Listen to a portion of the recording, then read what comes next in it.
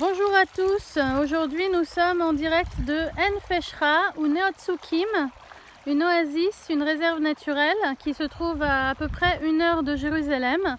Nous sommes pas très loin du site de Qumran. Qumran ont été découverts les manuscrits de la mer Morte. Vous voyez les montagnes où se trouvent les grottes dans lesquelles ces manuscrits ont été découverts, à vraiment 10 minutes d'ici.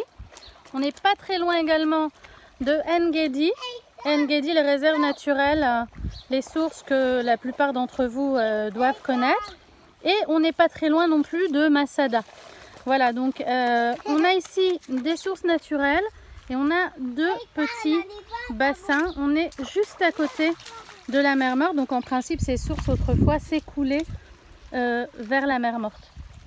Alors un site magnifique pour les enfants. On a ici 3 bassins, 3 piscines dans lesquelles les enfants peuvent venir patauger. On a une 3e piscine qui est une piscine d'eau chaude qui est fermée pour le moment. Comme vous le voyez, il y a quasiment personne sur le site. On est venu en semaine. Je vous rappelle qu'on est à peu près 2 semaines après le début du déconfinement en Israël. Ce week-end, on a eu dans un lycée une centaine d'élèves qui se sont avérés avoir le corona. Donc on se pose la question, est-ce qu'on a une 2e vague de l'épidémie ou pas? Quoi qu'il en soit, moi j'ai décidé que cette semaine je gardais Ethan à la maison.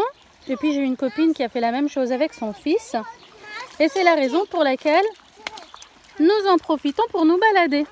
Donc nous sommes vraiment tout seuls sur le site. On a tout le site pour nous tout seuls et regardez comme c'est beau.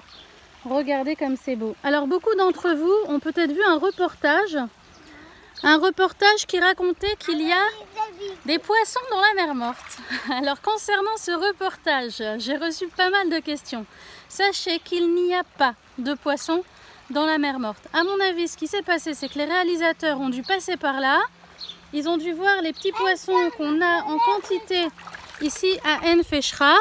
Et ils ont dû en déduire, enfin je sais pas comment ils ont déduit ça, que ces petits poissons passaient ensuite vers la mer Morte. Non.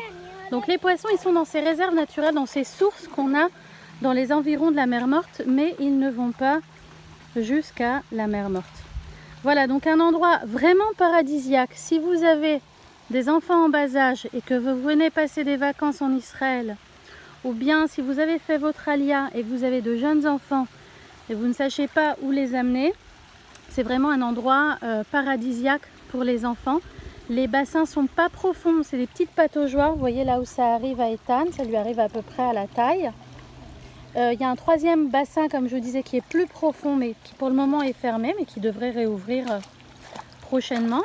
Et puis à part ça, il faut savoir qu'il y a également des fouilles archéologiques, parce que bien entendu, quand on parle d'oasis dans le désert, les oasis de tout temps, il y a eu de la vie autour de ces oasis dans le désert. Donc ici, on a découvert une villa de l'époque romaine. Donc on peut voir les vestiges de cette villa. On ira peut-être avec les enfants tout à l'heure. Il y a également un petit passage de nature. On a ici des tas et des tas d'animaux. Il y a plein de petits moineaux que vous pouvez apercevoir. On a des hyènes qui sont là, on a des renards, on a des chacals, bien entendu ça on ne le voit pas en permanence. Il y a des ânes en liberté, des ânes sauvages en liberté. Les yéhélim, les bouquetins des rochers qu'on voit également à En Gedi. Et il y a même des tigres dans la réserve de En Feshra que bien entendu on ne peut pas voir pendant la nuit. Bref, les vendredis et le Shabbat, c'est des petites balades qui sont organisées par les responsables du site pour vous faire rentrer vraiment dans les parties de la réserve naturelle qui sont fermées au public en général et qui vont réouvrir seulement pendant les moments où les guides locaux vous proposent de suivre la visite et d'entrer dans ces lieux qui sont en principe complètement fermés. Voilà, donc pour tous ceux qui avaient l'habitude, quand ils venaient en Israël, de faire une petite journée Masada En Gedi, je vous propose la prochaine fois que vous venez de faire plutôt Masada et En Feshra. Très sympathique aussi, surtout avec de jeunes enfants. Allez, au revoir et à bientôt.